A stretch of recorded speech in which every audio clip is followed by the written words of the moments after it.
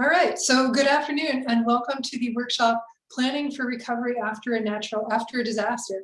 This is the final session planned for the Resilient Workshop series. And instead of one presenter, I am pleased to welcome three library directors, Carol McCrossen from the Ramapo Catskill Library System, and Elizabeth Potter and Daniela Pulice from the Mid-Hudson Library System, who will share their stories and lessons learned through brief presentations and then Q&A as a panel. My name is Sarah Holstead, Hospital Library Services Program Manager at Southeastern New York Library Resources Council, located in Highland, New York. Thank you for joining us today. You're entering the meeting muted with camera off, but can interact via chat with comments and questions for the panelists. The chat feature is at the bottom of your Zoom screen. If you do turn your video on now during the intro, please consider turning it off during the presentation. This will help with bandwidth for everyone. At this time, I invite you to take a moment and say hello in the chat. Tell us who you are and where you're from, and just welcome. So this presentation is being live captioned, which you should already see at the bottom of the screen. You can increase the size of the captions in the settings and the accessibility tab. This presentation is being recorded. What you type into the chat will not be recorded with the video. We trust that you'll be courteous and respectful to other attendees and follow the Southeastern Code of Conduct. Anyone who uses the chat in an abusive or threatening way will be removed from this session. The slides, handouts, and resource links are already posted on the workshop website. I'll drop the URL of today's workshop into the chat again. We have CE certificates available upon request, and I will drop a link to the CE request form and the evaluation into the chat at the end of the webinar. If you have technical difficulties, DM Carolyn in the chat. And just an FYI that I'll repeat, the panelists will take questions after their presentations, but not during. So please drop your questions into the chat at any time. So it's difficult to believe that the grant is wrapping up at the end of April. The final event after this workshop is the Disaster Planning Working Group, which will be on Tuesday, April 20th. You didn't have to attend any of the webinars to join this informal group, and you can register for the event on the workshop website. This workshop series is funded with the Health Information Outreach Award from the National Library of Medicine, and I'd like to acknowledge their support. Any opinions, findings, conclusions, or recommendations expressed in this material do not necessarily reflect the views of the National Library of Medicine or the National Institutes of Health. I'd like to thank Tessa Killian, Executive Director for Southeastern, and the rest of the Southeastern staff for their support over the past year, especially Carolyn Bennett-Glauda for all of the behind-the-scenes production support for the series. Thank you all. So we started planning for these workshops more than a year ago in February 2020, which feels like 1,000 years ago. And we started planning this workshop series in response to events we saw happening at libraries in the Southeastern region. This was not a response to the pandemic, but as we've seen over the past year, natural disasters haven't been put on hold for the pandemic. Even without major weather events, closing and reopening libraries in the middle of a pandemic brings whole other layers of stress. The way we experience emergencies or disasters or even daily pandemic life is deeply personal, and the trauma is life-altering. I just want to acknowledge the experiences that you all may be bringing to this workshop and ask that as commenters and listeners, we respect the narratives that will be shared today. The panelist slides have some images that document extensive damage to their libraries and one picture of a building on fire.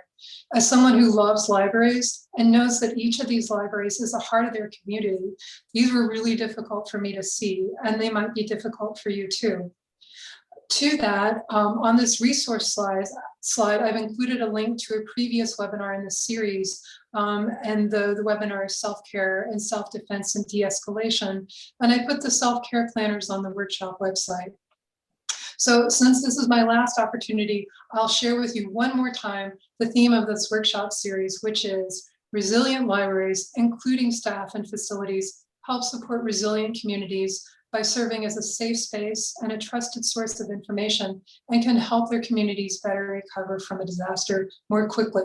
So your to-dos: make a plan, use the continuity of operations worksheet for your library, and your other to-do is to help your community be prepared.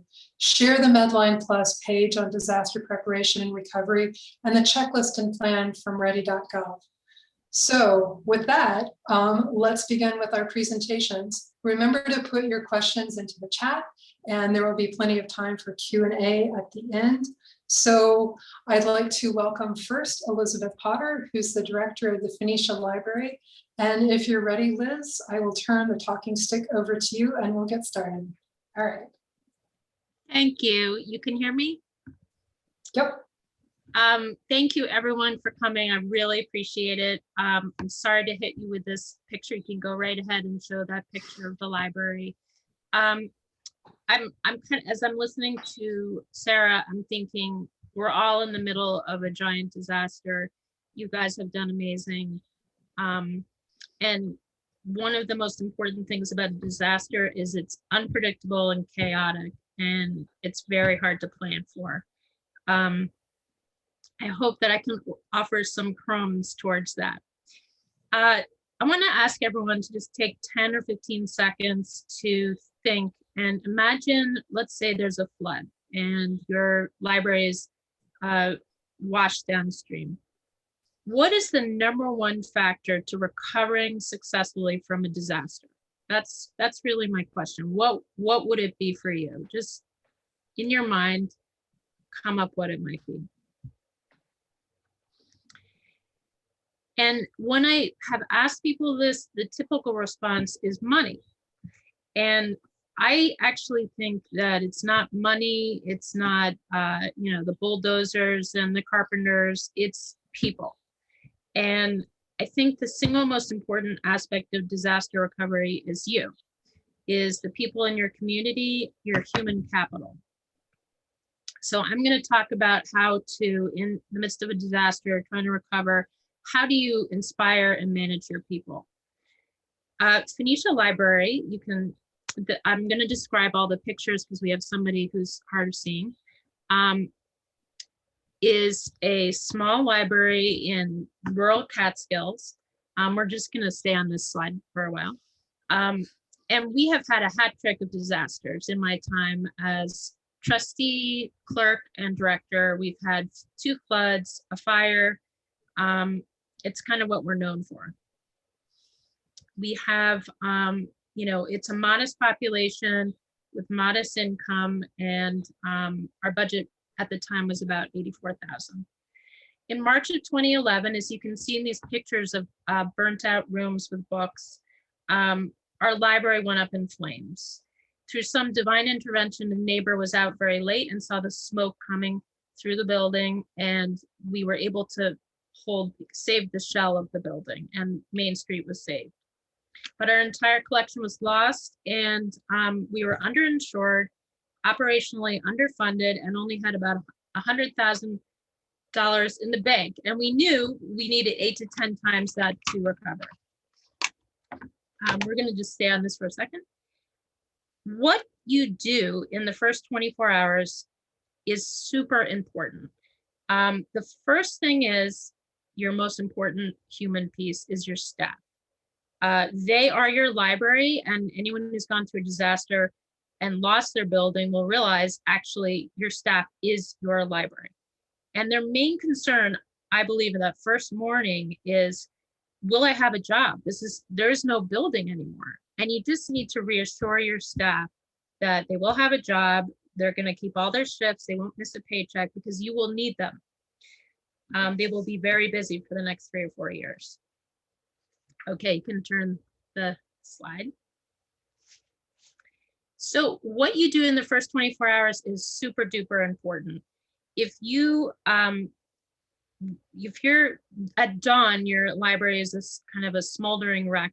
By like 8 a.m., you need to have a statement out to inform the community. What happened? For us, a fire gutted the library, and the cause was probably a sparked wire, old wiring, a mouse bit it. That was our assumption. Who? Was anybody hurt? That's always on the front of everyone's mind. And in our case, fortunately, no one was hurt. And then the next thing you want to say to the community is, with your help, we're going to get through this. It's really important those 2 messages are bonded together. It's like, we need you and we can do this. Not that it's going to be like the library by itself or the feds are going to come in or there's some magic pot of gold, but we're just going to do this together. And that's really, you need to give the community a first step. Like, how are they going to help you on that very first day? And what we did, we said, please go to the Rod and Gun Club, you know, a couple minutes away. We're going to have a book sale, and the money that we raise there from you, the community, will go to build back the building. And you kind of establish this thought process of like, for everyone, like we're all going to be part of this together. And then the other thing that's really important in the first 24 hours is find your temporary home, because you're gonna try to maintain continuity. So my pediatrician had just moved away from the town and the building was empty. So I called him and he said, there's no one else taking the lease. And within a week, our then director had established a temporary library space with one patron computer and one staff computer. And she set up an honor library with used books. And that is an amazing can-do spirit thing that helped everybody and gave library services. This is a picture of children around a table in our temporary space. And you can see the big fish in the background because fishing is really important in our town. Okay, next. What is your team going to look like? Your team is your brain trust. They're going to get you through. You really need to create, after disaster, a new team. You'll have your board and your staff and your community, but you need a core group that's going to be making decisions. And you want a lean team. My experience is that ideally it's you and two other people. And you can see on the right-hand side, there's two people cheering, and that's my team. One person on the left was an unstoppable woman who was just a volunteer, and the other is my board president.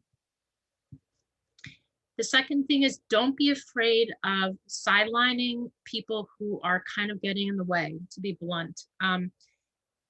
Redirect them ideally. We had some members of our very large board felt uncomfortable about asking our community directly for money. They felt that it was unethical. It was 3 people, so it's substantial. So our fundraising meetings became very blocked. What we did was we separated out them from the main fundraising. You know, we were more interested in big donors and small donors where we were asking for money. And then this smaller group was able to do spaghetti dinners and concerts and stuff like that. That's very valuable, but a different modality. Just to say, the director really, I'm not exaggerating, doesn't have to know anything. You don't have to know how to fundraise, how to do a building, you're just coordinating the spokes and everybody else is doing the work. And you just need to know how to manage people. Next slide. To that end, what do you want to instill in your team? Honestly, start with determination and end with determination. You just know from day one, you are going to finish this project. Like, I used to think to myself, if I had to put those fill like memorial bricks and sell them for $25 each in a wheelbarrow at the gas station in the middle of town, I would do that if that would have gotten us to the top. And make sure everybody is feeling the same way, because that's like the win that's going to carry you to the end. You cannot fail when you have that. And truthfully, you have that, because every single director I know, if they lose their library, they're not going to stop until their community has that library back and better. So you have that, and just keep that in mind. Okay, next. Just briefly about opposition. You will get some opposition. I can go into details later. Do not be dissuaded. Just remember, this is a picture of all our supporters in a kickoff program. Just remember, don't steer your plans to please the opposition. Do what's important for your community, and don't be daunted. And then, okay, you can change the slide. And my other final last words of wisdom, when working with donors or volunteers, be bold in your asks. If you need $200,000 like we did, you can see there's people standing next to a fundraising thermometer. We were $200,000 short.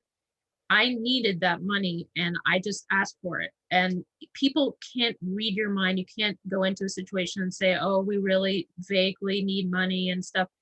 Give them a real number and don't be embarrassed about asking for what you need. So anyway, that's it. Picking a good team and taking good care of them will lead you to success. Thanks. Thank you, Liz. And I'm happy to know that the picture of like that large crowd of people was not all there out in opposition to what you were trying to do. So next up is Daniela. And again, before I butcher your last name, I'll let you take yourself off mute and you can introduce yourself. And are you ready to go? Yes, I'm all set. Okay. Okay, so my name is Daniela Pulice. I'm the director of the Pleasant Valley Library. We're about a medium-sized library in a suburban community. We are right on the main street, so we have neighbors, and that was important to note when the fire was happening. We're between two churches, and luckily across the street from the fire station, which ended up working out well. We also had questions about how the fire started, but I'll get into that as well. So if you want to go to the next slide. So I'm here to talk about the practical things that you need to know before the fire happens. And just coincidentally, I had a new treasurer start about a year before the fire. And she was a very cautious individual. And she sat me down and she said, Daniela, do we have enough insurance? And I said, sure, Natalie, what's enough insurance? You know, we're okay. I mean, what's the building going to do? Burn down? But, you know, Natalie's a cautious individual. And she said, no, call our insurance company in. We'll meet with them and we'll make sure we have enough coverage. And I humored her and I said, sure. And so I'm here to tell you, you need to make sure you have 3 specific types of insurance. Now, again, keep in mind, this is my experience in my library, and certainly I'm not an expert, but these are 3 insurances I'm very glad that we had. And later on, I'll show you 3 types I wish we had. But in this slide, it's the building insurance, property insurance, and collection insurance. The building, just like it says, it's going to cover the actual structure of your library, but everything in your library can be divided into property and collection. And basically, property is if I take your building and I flip it upside down, what falls? That's property. The desks fall, you know, the paperback racks fall, the computers fall, but what's on the shelves is collection. And so those are your books, those are your DVDs, those are your CDs. We had quite the battle with shelving. Is shelving property? Is shelving building? If I flip the shelves, if I fill up the building upside down, well, some shelving is bolted to the wall and that makes it part of the building, and some is freestanding and that makes it part of your property. So it's good to know in advance, because we had quite the battle, because the building structure itself was insured well, the property not so much. So we had valued the collection appropriately, and that was good too. So if you want to go to the next slide, I can get a little more specific. So details to look for in your insurance coverage. Things that I wish we'd had that we didn't. Interruption of business coverage. This covers rent in a new place, which we didn't have because we owned our building. It never occurred to me to have a budget for rent.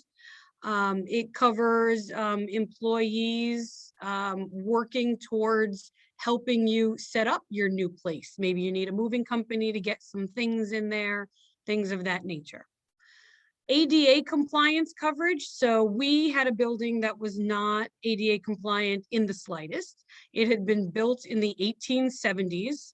And the last time anyone had done anything to it was in the 1970s. We were actually going to embark on a building program right before the fire. And so we knew that we needed an elevator because we had a second floor. We knew that, none of the entrances and exits were handicapped accessible.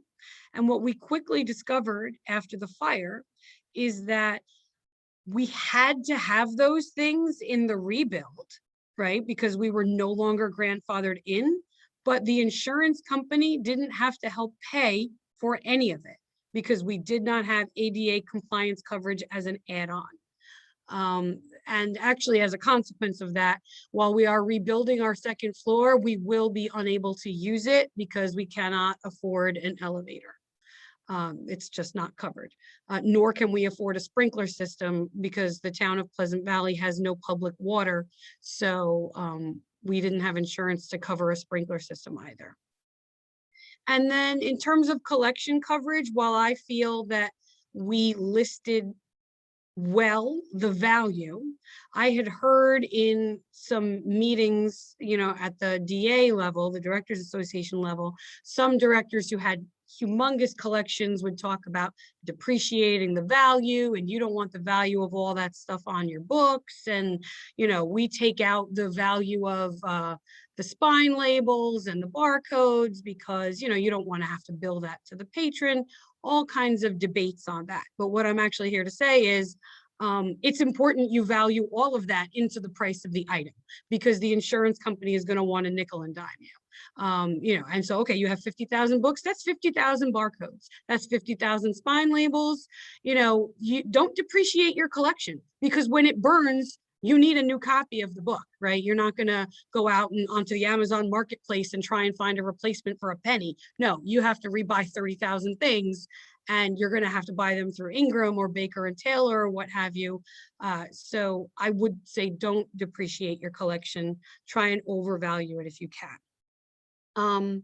Another thing I had to do before, Liz already got into the idea of make sure you have a space in your community that would work if you needed to be somewhere else for a while, but also have the name of a public adjuster in mind. I found ours through a connection on my board. Literally as the building was burning, I was receiving phone calls, and I have no idea how they got my cell number, but I was receiving phone calls from insurance adjusters who wanted to work the claim for me. And I had no idea what to do with that. And I was actually just hanging up on them because I was talking to the fire marshal. So I guess I would say if I had had Mr. Catanzaro's name in advance, it would have saved me some stress. Your board and local community members, they know the names of good public adjusters. You can find them. One thing I don't have in writing, but it did occur to me, is if you can plot out what's on each floor, that will help when you're arguing with the insurance company. Because no, I know for a fact I had 6 computers here. I had 3 computers because they're burned. Good luck trying to find them right in the flames. So if you could just have, we had a map of what was where, because coincidentally, like I said, we were working on a building project. So I had already had mapped out for the architect what was where and what I needed to grow and what didn't matter so much. And it was very easy to just send that to the insurance company. So if you want to do the next slide. Okay, so immediately after, I know Liz got into this too, you have to urge patience because everybody shows up, they're swarming your Facebook page, they're showing up like at the burning building, they're slowing down in traffic to rubberneck. What's happening? What's going on? In our case, it was made worse by the fact that it was on election day during a budget vote. For the first time, we were going for a budget increase in 8 years. And so we had people coming who were very anti the library budget vote, and they were like, oh, they burned it down for the insurance, like literally as it was on fire. And then we had people who were supporters like, oh, someone was mad about the library's budget vote and they burned it down. And we were just saying, you know what, it's under investigation. It may be some time before we know anything. Put the donate button on your webpage. I found out later on that evening that like 8 or 9 GoFundMe's had been started by concerned, members of the public. And if I'd had the donate button up there, which I did immediately after that, it's a way to reroute everyone and let them know immediately what they need to do. So if you want to go to the next slide. So the biggest challenge after, and I can go into this later on, maybe with the Q&A, is just that I'm a roll up your sleeves and get stuff done kind of person. And that doesn't necessarily come across well in an emotional environment. Like, I'm busy getting it done, but you need me to pat you on the back and you're crying. And yes, we're all very sad about this, but I have to call the adjuster and I have to do this and I have to do that. And that doesn't exactly play well the first 48 hours after a fire, because everybody's weeping and why aren't you weeping too? And I was weeping, but I wasn't showing that to anybody. And I think if I could change anything, I probably would have shown a little bit more of that vulnerability instead of operating as I usually do, right into let's get stuff done. And my final closing thought is, in retrospect, I wish I had found a liaison on the board to deal with all the people who want to help, because everyone's going to reach out and help. And I was so afraid of offending someone and saying, no, I'm sorry. And it just became an extra thing that I had to deal with. And it really took my attention away from getting things done. And I have some really great board members who I think would have been amazing at doing the don't call us, we'll call you, let me keep your name on file, we'll think of something. And I guess I'm all set. And I will take myself off mute. Thank you, Daniela. And yeah, let's circle back to some of the kind of your emotional reaction, because I think that was not in a prudent way, just kind of managing what you're feeling and managing what other people are feeling. So next up, our final speaker is Carol McCrossen, and I see your microphone is off mute. So if you're ready to go, take it away and just tell me whenever you want me to advance the slides. Okay, you can advance it now. So I'm the director at Moffat Library. We're a bedroom community within commuting distance of New York City. We serve a population of about 24,000 across 27 square miles. So it's a big territory.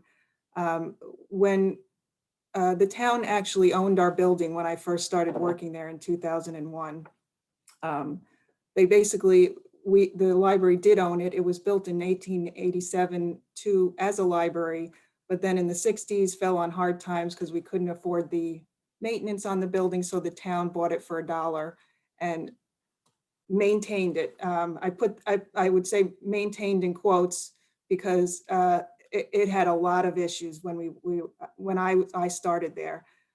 We only had about 3,000 square feet in the building. So we shared the building with the town rec department, which had like Zumba classes and Irish step dancing right next door, right on the other side of the door.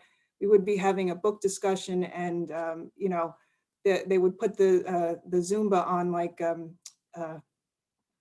like Marshall stacks in the in their room, and it would just be so loud. It would be insane. So we shared the building and we got along with each other, but we had to have, it was like it was a bad situation. The roof had been leaking for at least a decade before I even got there, and was in serious disrepair. The town would give us a bucket or a garbage can, depending on how big the leak was, to use to fix the leak. And again, I put that in quotes, fixing was the bucket rule. So that's how we fixed things for many years. Flash forward to me taking over as the director in 2010. And at that time, we were still dealing with the same stuff, but we weren't paying for the building. We didn't own the building. We were just kind of at everybody's mercy. The staff was stuck in the past. We've always done it that way. There was a lot of senior staff there that were there for, 20 years, and they were you know, we've always done libraries like this. It's like the library of the 1970s, you know, put up, all they did was put up barriers. We can't lend you a book because you have $10 in fines. And it just, it was saying no a lot. And I wanted to say yes, and that from day one. And the other big issue we had on a daily basis, everybody complained about the parking. We're right in the middle of town, and we're at a cross section of two major hubs, and it just there was only 7 parking spaces for us and the recreation department. So there were always people that, you know, they said, I didn't come to the library to return my book because I couldn't get a parking spot, you know, so it'd be a lot of that. So yes, next slide. There you go. You you know this better than I do.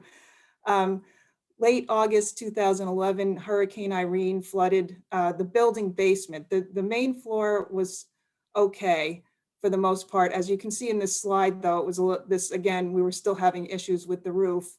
And you can see the bucket there catching the water. But the main, unlike these other ladies that just spoke, our main floor and our collections were fine. The community suffered a lot of losses, though. When this thing hit, it hit everybody. It wasn't just the library. So it was our whole community was blown out. Loss of cars, homes, power was out for a week following the storms. A trustee was freaking out because she couldn't find a place to plug her husband into his life-saving medical equipment to. I mean, she was on the phone all day. There was the emergency communication in the area was like a joke because nobody talked to each other. And at that time, I mean, cell phones were not what they are today. The coverage there, you couldn't get a signal. It was awful. It was really awful. And even if you could get a signal without the power, we were all kind of screwed. I mean, you don't think about that when you have, you know, even your phone, where do you go plug it in if nobody's got any power? So, you know, people were going in their cars to plug in and turning their cars on and things. But the other part of this that was really bad when it happened was there was no, we couldn't get a hold of all our staff people. We couldn't, you know, because they had to evacuate. And again, we couldn't, we couldn't even get in touch with them because we didn't even have, you know, somebody, we had an emergency contact, but it was their husband who was at their, you know, family member's house. So we were really, it was really bad. And the whole place was, but we kept thinking everything's going to be fine. You know, the town closed the building for the next few days. Then it was the next week. Then it was the next month. And then they said, we're closing it indefinitely. And so I didn't get this immediate, like, sort of realization. It was sort of a slower process where it's like, oh my God, you know? So, you know, we had no place to work and I didn't know what was going to happen. So it was about 2 months and I was at the end of my rope. The board and I had been meeting, like, I can't even tell you how many times, and out to like midnight. And we were trying to find a temporary location. We were even talking about getting you know, what do you call it? A temporary thing to put down on the lot. But like, we were looking at locations. We found like an office building. There's just nothing there's nothing even close that we could have used. We were looking at a office building that was second floor and in these little compartments. And it was absurd because there was this big sort of veranda, open veranda that led down to the first floor with spokes and things like that. And I was like, oh my God, some kid's gonna go over this thing in like 2 seconds and get killed. And all they saw were the kind of puffy chairs at the bottom, you know, and the flowers and the setup. They're like, oh, isn't this nice? So, I mean, the thing you got to remember that everybody is coming to this with a completely different viewpoint. Myself and the staff are looking at it from the point of view of functionality, and God forbid that accident that always seems to happen the minute a parent looks away. And the board is always looking, and the architects, let me say that too, are looking at how nice things look. You know, They want a building at the end of the day that looks nice. They want, a library that looks nice. So we weren't fine. Yeah. So the thing about our thing was that we found this temporary location, and we, out of the woodwork, this guy came, said, I have the space. It's totally open. I haven't used it. It's brand new. You want it for, he was thinking a couple of months. We were going to store some books because then mold started coming into the building. So we wanted to get the books out. He thought it was we were just going to store them there. We ended up staying for 6 years. But the great thing about this building was that it was a shell. He had just built it and he wasn't sure what he was going to do with it. So he just built the building. There was a concrete floor. There wasn't, that carpeting that was in that other, the carpeting that was in there was not there when we moved in. I mean, it was literally a rectangle, a big rectangle. It had no lighting to speak of. We had to close the building at 5 because the window lights were bad. We finally installed this book drop, but for probably the first year, we didn't even have a book drop. So when people had to, well, anyway, it was a clean slate. Let's just talk that because I don't have much time. I could go on for like 12 hours. So this was my first endeavor, was my first new library was doing this temporary location from scratch. And that was really fun because that was, we could have real fun with that. Then we used all this information to kind of rethink our old building.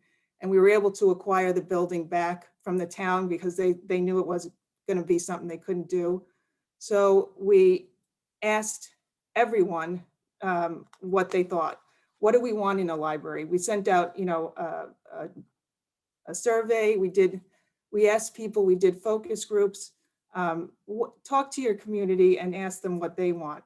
What's the worst case scenario if we do this? If you can get a copy of these slides, though, I can't get through all this, but visit other libraries. That was our big thing. Visit other libraries and see what they have. I didn't put it down on here, but we used to have these big doors that the handicap would have to actually, struggle to open. So we saw some sliding doors at a library. I think it was in Rockland. And I said, yep, we want the sliding doors. Thankfully, now it really works out even better. The plug-in power source, that was one of the things we saw during the outage.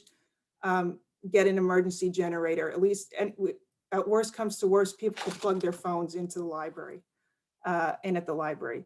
Limited parking, we opened a drive-through window. That was in our new building. The thing I used to see was parents struggling with kids to get out of the car just to return a library book. It was ridiculous with all their loot.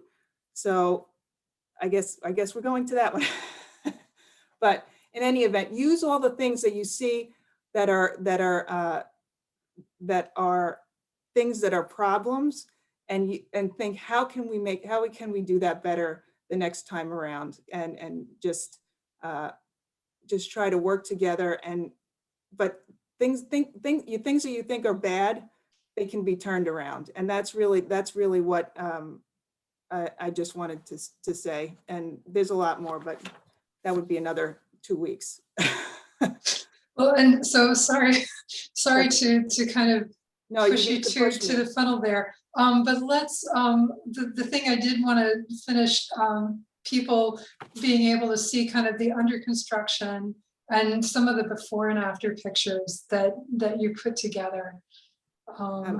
If I could just say one thing too, because this was on my 5 things list, which you can get from you, but I did want to emphasize, because now it's really, I think I see a lot of people going through this, and I went through it obviously and came out the other side, is, don't operate in emergency mode 24/7.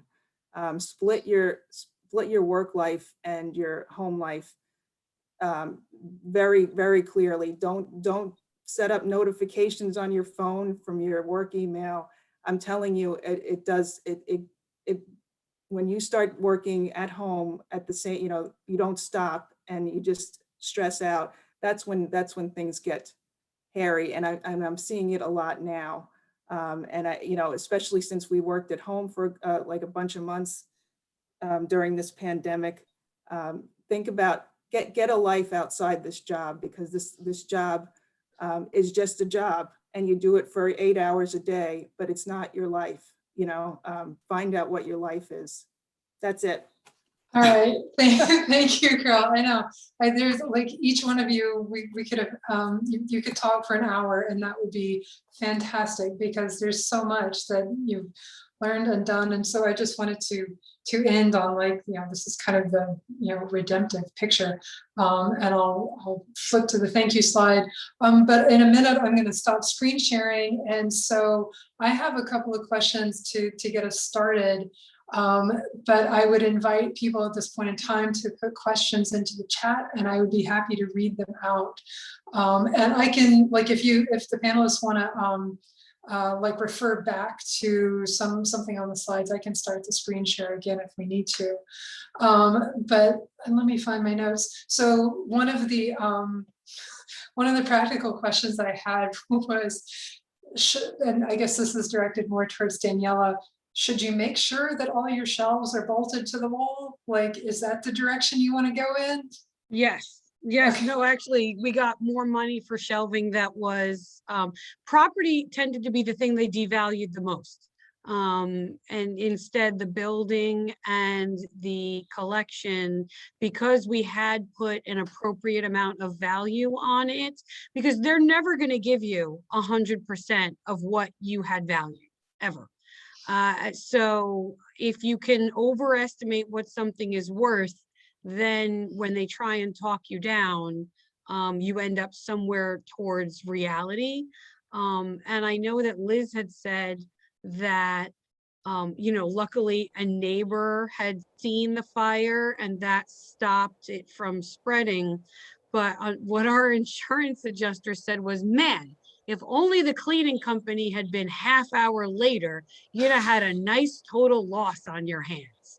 Instead, I'm talking, they go in there and they nickel and dime every pillar. If there's 6 support beams in your basement and only 5 of them are charred, you're not getting 6 replacement support beams. And it would have been so much easier actually if the library had been declared a total loss. It was the arguing back and forth with structural engineers that took a little longer. I just want to say about the shelving, because it's such a key detail. You can, afterwards, we learned exactly what you said about wanting to make sure all your shelving is considered part of the building. We had to argue for that in our new policy, and we got it in writing that it was covered as a building, so much cheaper rate and covered in full. So thank you. So one thing, as we're talking about shelving, and Michael, this isn't something we talked about before, but I wondered if streaming services like Hoopla and Canopy. So after everything you've been through, do you feel more interested in embracing kind of in the cloud streaming services for your patrons, just so that you don't, like, is there some kind of trigger about physical collections that makes you kind of be more willing to embrace streaming, or is that not a thing? Not for us. The pandemic taught my community to embrace streaming services. My community trends older. It's a lot of senior living, a lot of apartment dwellers, over 55 communities, and they were not interested in online services. And it was really once the pandemic hit that then they started to embrace that. Okay. So one, I think you all kind of touched on supporting your staff and being there for them.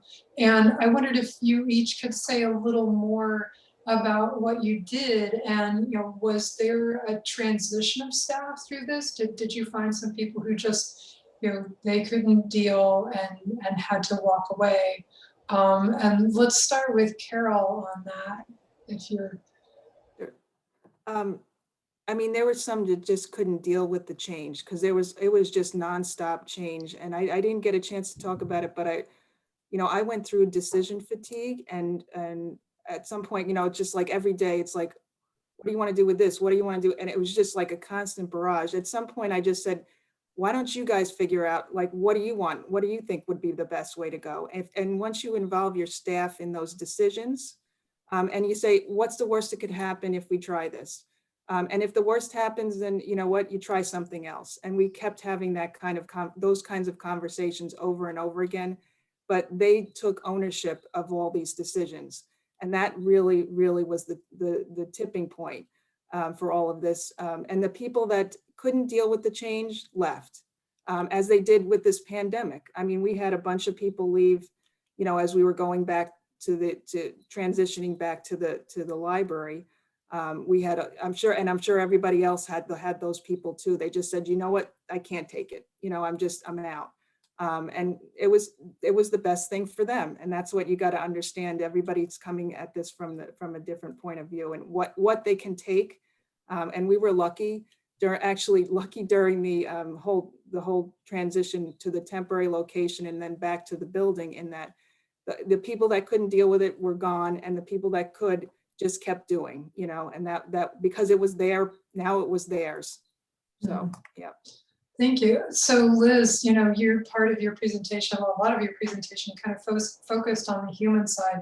So what did you do to support your staff?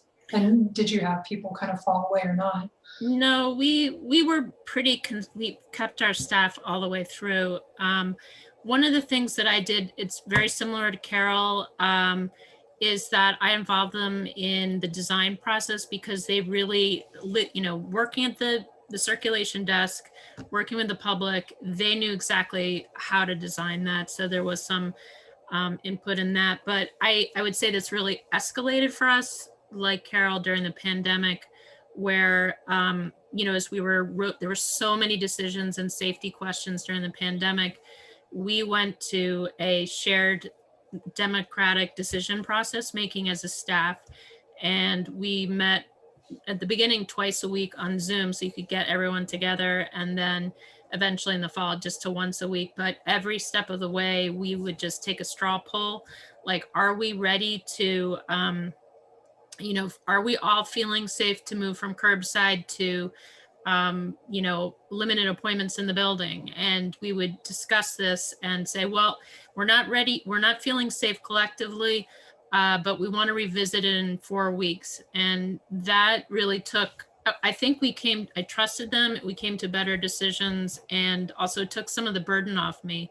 And I'm not the one working at the front. So I would really encourage, for a pandemic style disaster, that really heavy involvement, not so much a building project, but hope that helps. Thank you. Yeah, and so Daniela, now's your chance to talk a little more about the emotional side, in terms of what you did for your staff, or what they wanted from you. I think so.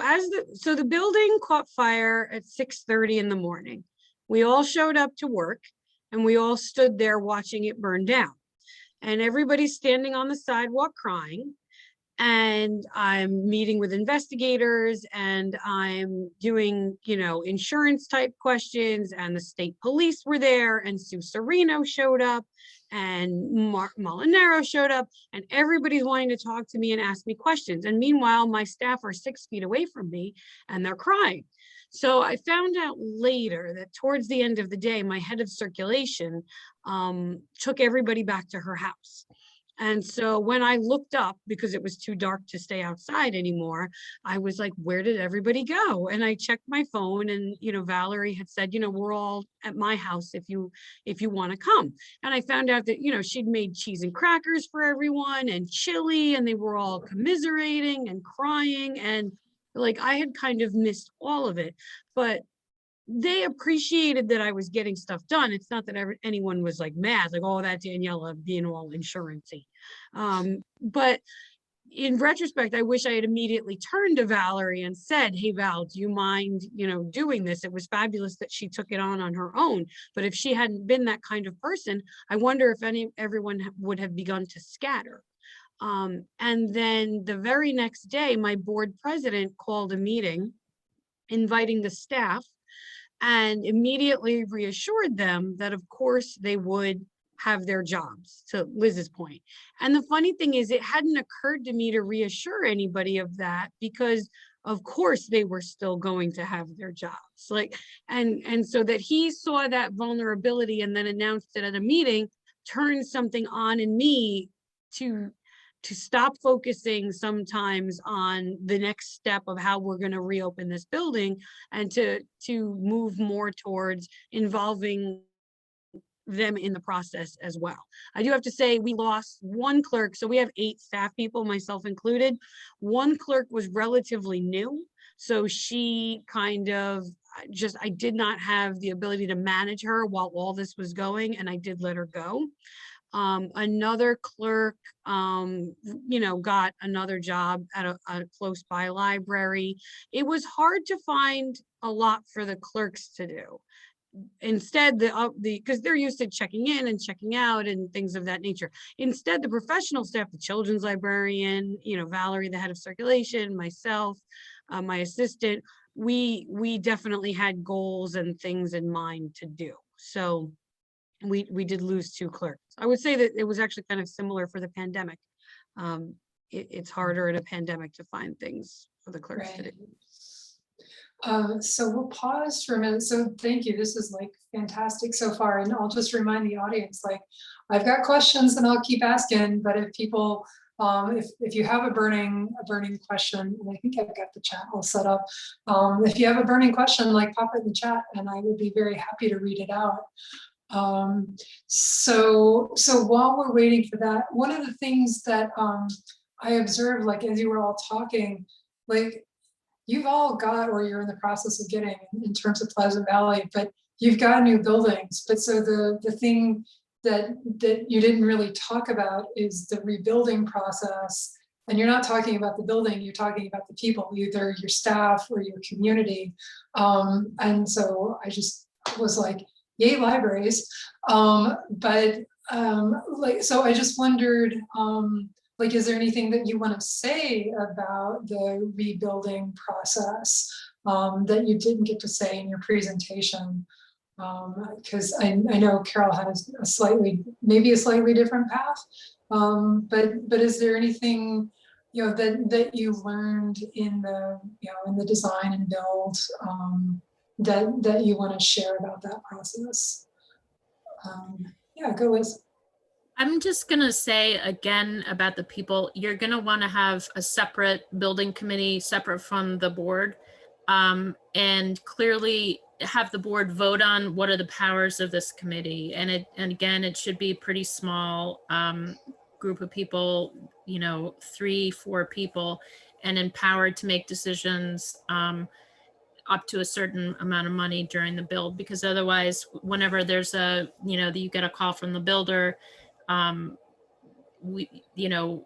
which way should we go? This is going to cost a little more, but it makes more sense. You need to be empowered to do that up to a certain amount of money. So I would say have a small building committee. Right. Carol? I can say actually the building committee is important. We had a large building committee, unfortunately, but it was good in that we could kind of segment people into different functions, so different smaller groups. So while, somebody's looking at the technology, somebody else is looking at the, I don't know, the pattern colors or something like that, the room colors. But the thing that we kept in mind throughout the building process was the flexibility of the space, because you don't know what it's going to be 20 years from now. You don't know what it's going to be 10 years from now. Even in the time that since we built the building, which was 4 years ago, so much has changed. So what we did build into this process was that flexibility. You were talking about shelves and the insurance aspect of it, of them being bolted to the wall. Well, we took the opposite approach, not thinking about insurance necessarily, although now I'm thinking about it. We put wheels on our shelving that were in the middle of the floor. And it was actually very useful during this pandemic, so we could socially distance the shelving. We could actually just push some and put some in storage. So it was, I mean, just think of anything and everything and while you're doing this process, and what is a stupid idea, which people had said to me, why would you want, I mean, my board actually made so many jokes about the drive-through window, about getting fries with that throughout the whole building process. And I said, this is the one thing I want, like, give me my drive-through. And they did. And, but it was, it's a lot of space we used for that. But, look at us now. We were really in a good spot, even though we had no idea about a pandemic. I did know we didn't have parking. So that was in that respect, I mean, no idea is too crazy. If it and just try and push it, because again, your board is looking at it from one position and you're looking at it from another. But if you can convince them, and I actually added that to my survey as one of the options, if you could have anything in this world, what would it be? And the drive-through was the first thing that people checked off. So it told me that was a good idea. So get the verification, but try, what the thing is, try anything and go for the gusto. Like the girl said, earlier, ask them for everything, and do your wish list and add everything into it that you can think of. You may not get it all, but you can maybe get some really important things. Well, and to follow up, Tessa says, I bet the community loves the drive-through window now. Like, here. But wait, who did I talk over? Daniela? Oh, no, I was just going to say that we were very fortunate in that we had planned to embark on a building project prior to the fire. So we had already done the focus grouping and we knew what the community wanted. And so we knew the size of the library we wanted to build. We knew it was going to be $3 million. Insurance ended up covering a third. And then through various grants, we ended up getting another third. And then the final $1 million was really just the community coming out to support us, after the fire. And so in terms of the building, I think we were really fortunate there. And so we were lucky because we got this temporary space that we're in. The temporary space that we're in was a Grand Union, grocery store, and it had been empty for 2 years. And after the fire, the owner approached us about staying in it rent-free for 2 years in exchange for a naming opportunity in the new building. And so we were just so grateful. But given that it was going to be 2 years, we did use a little bit of the insurance money trying to turn a Grand Union into a library. And, having to buy things that you're then going to have to move to a new space because you're not going to be here 3 or 4 or 5 months. This November actually will be our 3-year anniversary. And I hope it'll be actually the same day as our grand opening in the new library. And you said something that sparked it sparked a thought, and I should have written it down. Part of it was about, my pandemic planning where I'm like 2 months behind, like, oh, I should have carpet. I'm only going to be here for like a month. But it was something in Carol's presentation, and let me see if I can find it on my slides. And part of it had to do with, I guess part of it was community buy-in. Oh, this was it. In terms of fundraising, and so going for the ask, and if you need it, you ask for it. But I think Carol had also said somewhere about like there is no money out there. Like your board might think that, oh, there's all of this grant money that we can apply for, and so. Do all the panelists concur with this statement that for the record, for all the boards who might be listening or watching in the future, there is no money out there. And so what would you have to say about that? That was not my experience. Yeah, I would disagree. Our breakdown was really similar to Daniela's. Our building replacement was a third insurance. We got a huge chunk from New York State through construction grant, and then a third from our community. So it's doable. You don't have to fundraise everything. We didn't have the ability to bond, so that's something that some libraries might do, but we didn't. We're an association library. But it's some of these like the NYSERDA grants for green building, and where you'll spend, hundreds of hours applying and end up getting, $1,000. You need to maybe put aside the small grants and just look for big chunks of money. But there really is. Okay. Thank you. So, right. Sorry, Carol, but maybe I misphrased what your observation was. Well, I mean, it was what I said, but it was basically what Liz just said. The New York State construction grants and the member line, the legislator grants are pretty much the only big pots of money out there, and they're for library construction. That's it. Anything else like, disaster or like fire or something like, unless you're rebuilding, it's a little difficult. But if you can get those grants, that's where the money is. I was more referring to FEMA grants, which people talk about.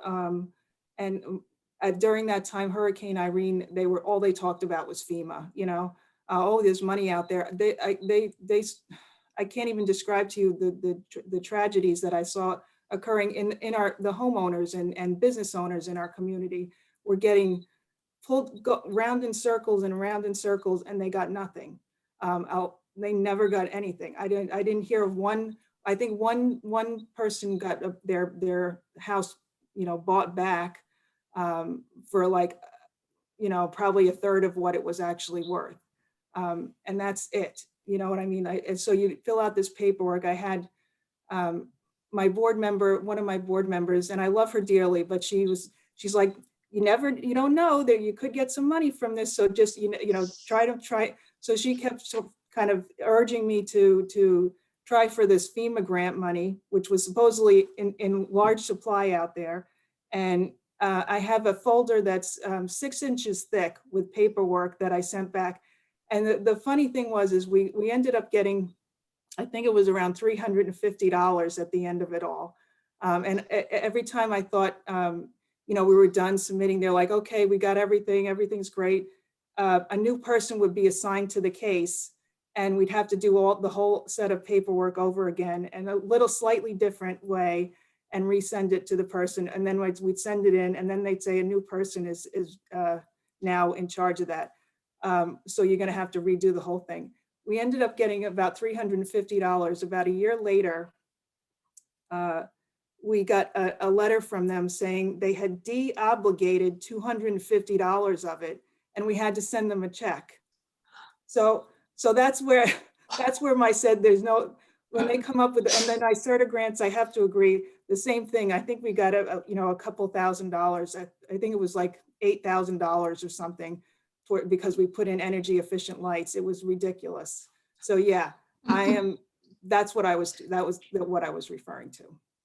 So, great. Yes. Thank you for elaborating. Yeah. And so just one more question about the rebuilding thing. And when you talked about spaghetti fundraisers and kind of the breakdown of what the community needed to raise, or what you needed to raise, what would you think? What was your most successful fundraiser? And success maybe could be dollars, but also could be like, what's the one that everybody talks about, like it was a fun fundraiser? All right, go Liz. Well, you saw the picture of a church that was full of people, and I didn't identify the person in the front. We had our kickoff to our capital campaign with Philippe Petit, who was the Frenchman who had walked on the wire between the Twin Towers in the 70s. And he happens to live nearby, and we'd heard a rumor that he really loved libraries. And he was, the kind of embodied the impossible dream, which is what we thought of ourselves in trying to, raise this money. And we made the event free, and we just wanted to inspire people to be part of it. So the church was packed. We did have a jar out, and we made maybe $200, but a lot came from there. There was a feeling of unity, and actually one of our key donors, we were able to invite bigger donors to come, and one of them came. He didn't even stay. He just peeked in to see all these people in the church, and he basically, I think he saw, okay, this is a real community love, and I'm going to help the community through this. So it was, we called it our friend raiser rather than a fundraiser. And we still talk about that. Wow. I would say to that, and I know Liz said it in her presentation, it's a good idea to have someone dealing with all the smaller fundraisers, because that was one of the things that I found very hard to juggle. So many different community groups reaching out, the local karate studio, he was like, I'm going to give away free lessons as a fundraiser and people can just donate. We'll do that. The Cub Scouts did a bake sale, and just having to keep track of everybody and what they donated and make sure they get their thank you letter, make sure they feel appreciated. It was really, really hard. And I wish in retrospect, I had tasked a board member with doing that, because it was really, really hard. And in the end, that's the thing you do to help people feel good, but it wasn't what raised $3 million. No, what raises $3 million are those huge New York State construction grants, the insurance money, and 3 or 4 rich people. Like they can, I mean, what one rich person, we all hate Jeff Bezos, what one rich person can do to transform their community is it just goes without saying. You can work for weeks and get 1,000 community members to each donate $5, and it doesn't hold a candle in terms of practical. It's very emotional. And this is where Daniela gets she's so practical, and then she doesn't ever reference the heart. But no, someone, and we don't know who, made an anonymous donation through the Community Foundation of Dutchess County for $250,000. And they did it because they saw all the heart fundraisers we were having, the bake sales, and that one guy, he changed the course of our building fund, because then other people heard, and then they thought, oh, this is something I can get behind. This is, we would tell local foundations about that donation, and then local foundations wanted to get involved and match it as well. Like everybody wants to back a winner. So, so you do the bake sales, but not because they're gonna get you money. They're gonna get you community focus. Great. Carol, did you want to add anything to that? Okay. I had 2 more questions, and again, you guys pop questions into the chat. But this isn't meant to be a gotcha for you guys. But like after my intro, where I'm like, everybody in the audience, like you want to do is to have a plan, like make a plan, get your community to have a plan. So did you guys have a plan, like any kind of, communication plan, any kind of disaster plan, list of phone numbers? It sounds like the Pleasant Valley Library was in the process of rebuilding, so you had a map of your assets and your floor plan. But as I'm like exhorting people to make a plan, did you guys have any kind of plan? In terms of communication, I can definitely say that for the communication plan, everyone had gotten into a habit of Daniela does the communicating to different groups, right? Daniela is the director. When someone needs to know something, Daniela is going to email.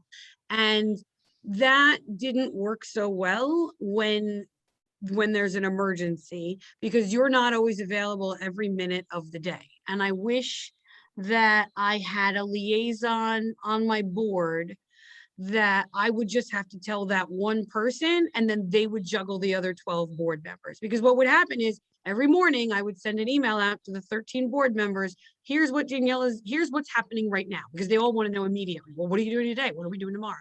And you don't know from one day to the next. So I would email and I would tell everyone what was happening. And then some would hit reply, some would hit reply all. Some people would just hit reply all and go, great. Like, don't tell, I'm busy. Now I got to check my email. It just binged. And it's just so that Kathy can say good job. Like, thank you. I know I'm doing a good job. Like, it's not burning today. That's a good job. And so I would say, find someone on your board that you know does a good job communicating to everyone else. Give them the email and let them deal with the board. Awesome. And you just teed up yet another opportunity for me to plug the continuity of operations plan, which actually has the communications section, and it has a section for like succession planning. And so if Daniela is busy dealing with insurance adjusters, the second in command for the communications is maybe your board person. So again, I will maintain my exhortation for people to fill out the continuity of operations plan. It's one page, front, back, I mean, it sounds like you guys just did swimmingly. Anyway, do you wish that you'd had a plan? I mean, in addition to the communications section, is there anything else, like as you were trying to get the word out, like 24 hours, 48 hours? Is there anything else that you wish that you would have done? Well, I wish I had known what Daniela said about the insurance and also about an insurance adjuster, because the then director and the board really spent just tons of time combing through like the objects and arguing themselves. You really need an adjuster on your side. And it took us, I'm going to say maybe 6 to 8 months to realize that. That's what I wish.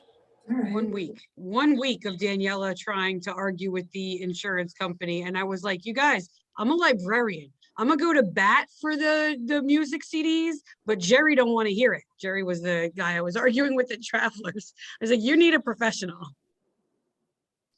All right. So, and I saw Carol took herself off of mute. Did you want to add to the kind of what you wished you'd done? Well, I think that you guys did it, but take pictures of your history of your library.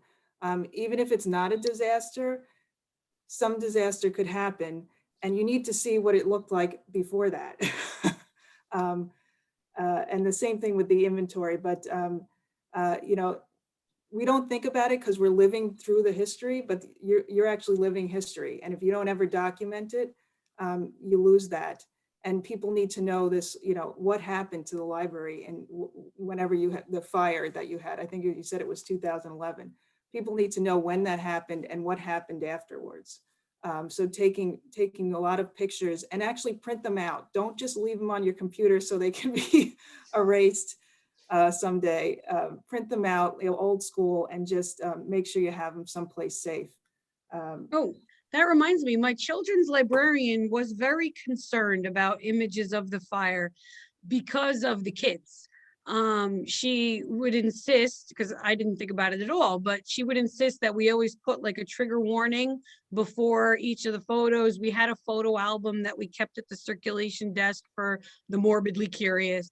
And, you know, and she would always say, you know, you're going to put those pictures on a different part of the website. You're not putting it on the homepage, and you're going to make sure they know when they click in that if there are young children around, it might be disturbing, because kids, they remembered, and actually they were really concerned, you know? Yeah. Yeah.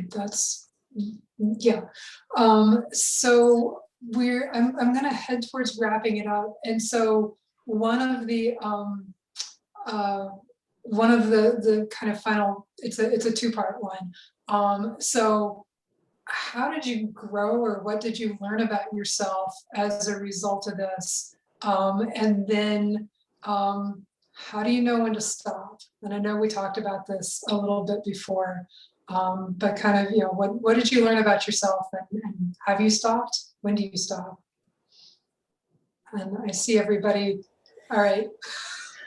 You know, this is actually something more that my husband reflects back to me. He said, you know, it's like, I feel as if going through this process, I can really point to something that I did with my life that seems very big. And that's, you wouldn't wish this fire on any library, but, and it's not just, the director, it's this whole community has come through and has this, tremendous accomplishment. But for me personally, it was like, I'm a bit of a wanderer and in life, and, this felt like, oh, look, I actually did something. So I would say that's sort of like a maturing or a confidence boost. And so how do you know when to stop responding? Don't stop, just keep going. Well, I said something earlier that I'm going to just reiterate, because I see a lot of people going through this right now, is turn everything off. The job is the job, and yes, you can do it, and you can dedicate 10 hours, 12 hours, but once you say, I'm out of here, whether you're on your computer at home or at the workplace, be out of there and just disconnect completely, because once it starts invading the rest of your life, that's when I realized that it had, and it was, to be honest, I'm still traumatized by the whole thing. But having seen it from the other side, at this point, when the pandemic came along, I was like, I got this. Yeah. It was like it was really no big deal, and everybody was freaking out. But I was like, we're just going to make it up as we go, because clearly the government is doing that. So we're going to do the same thing, and just, if it doesn't work, we'll do something else, and just try to keep everybody safe, and that's the other thing, throughout this process, was just think of the safety of your patrons and your staff, is keep it at the highest level, because, you may have, I don't know if there are board members here, but you may have these kind of going back and forth. Oh, we have to open the library. We have to open the library. Can't they just do this? Can't you just close for maybe 2 hours? It never works like that. The guys show up 5 hours later. They got machines and things like that, and they leave them out in the hall so little kids can actually pick them up and drill into their head or something crazy. I've seen it all. So don't ever believe the construction guys or the workers, and don't believe the architects when they tell you this grand vision, and they'll tell you anything, and it's a lie. We'll be done by 2 o'clock. 2 o'clock means 7:30. It does. So just do whatever is in the safest thing for your community members when they come in the building, and for your staff. That's what you got to keep at the top of the list. And if anybody questions you on it, just say, look, I am protecting everybody, and somebody falling or hurting themselves on the property is going to be a really big problem versus closing the library for a day when they're doing work. So just think about that. And if you have to explain it, that's exactly how you should explain it to your community and to your board members. Thank you. Oh, and just one quick follow-up for you, Carol. Are you still sharing space with the rec center in your new library, or did they get kicked out? They actually ended up renting a space in town somewhere else. We actually took over the whole library after that. But I actually got along with the rec director. We had a great relationship, but he would have people come in at night, that he wasn't obviously there and he couldn't monitor. And, I'd have some woman screaming at me because I asked her if she could turn the music down because we were trying to have a board meeting. And it was a challenging time, but now it's all our noise. So you can have your own Zumba classes if you want to or not. Yeah. Well, so I'll put the last set of questions to Daniela. So how did you grow, or what did you learn about yourself in this, and how do you know when to stop? I haven't stopped yet. I sometimes experience a minor crisis existentially when I picture us in the new building, because I was expressing it before in a little meeting we had, that I had a full-time job running the library pre-fire. I have a full-time job running the library and building this new one. And what will happen when we're in the new library? What, do I fire someone and like take over their duties? What do I occupy my time with? Everyone's going to be like, oh no, Daniela's coming. She's going to get involved in my business, because I just don't know where the hours went, where they're going. I don't know. I don't know. How do you work 40 hours in a week and somehow get everything done? And then all of a sudden this huge challenge goes away. I guess I'll have to take on a new challenge, I suppose, because I definitely haven't turned anything off, but I do think now, I didn't make the connection till Carol said it. We were the first library to reopen after the pandemic. We were the first ones to ditch the curbside and just go back to doing everything like normal. We just, we found a way to make everything work within the scientific parameters for safety. And I think it's because I have the same 8 staff that I had pre-fire. And we just that's incorporated into us now. The roll with it, we'll figure it out. We're going to make it work. We're going to give the town its library. And I had just thought, wow, aren't we so cool? And until Carol said it, I was like, no, actually, you know what? Probably that fire 2 years ago really, did that to us. Let us see that we could figure out a way to make a library outside the 4 walls of a library, that there's so much more to it. And it was funny because we were closed November, December, and January, going 2019 into 2020. So I lost 3 months. And then the pandemic hit and we were closed for 3 months. So statistically, actually, my 3-year review of the library in terms of circulation, in terms of everything, kind of stayed the same. I just keep losing 3 months every year of my life. I don't know. That's what it takes to even out the numbers. Yeah. Actually, so that's actually a really nice way to conclude, because we've all been in pandemicking for too long, and it's hard to see the upside sometimes. But you guys, you 3 had a jump on everyone because of what happened at your libraries. But perhaps as a result of the pandemic, maybe everybody watching, can also reflect a little bit and say, yeah, we actually learned something. We've come through really, really well. And I think as something, we can all be proud of as librarians and people. So I think on that happy note, I'm gonna end it right there. We'll stop with the formal Q&A. I'm going to put into the chat the links where everyone can fill out the CE certificate. And if you have a minute, take a second and fill out the evaluation form. But mainly, I just want to say thank you so much to our panelists today, Carol, Liz, and Daniela. You've given your time now and in the days leading up to this to prepare for this. And so thank you for the tip sheets that you prepared and the pictures that you shared and your stories and your insights. It has been a joy to work with all of you, and I couldn't have asked for a better wrap up webinar for this workshop series.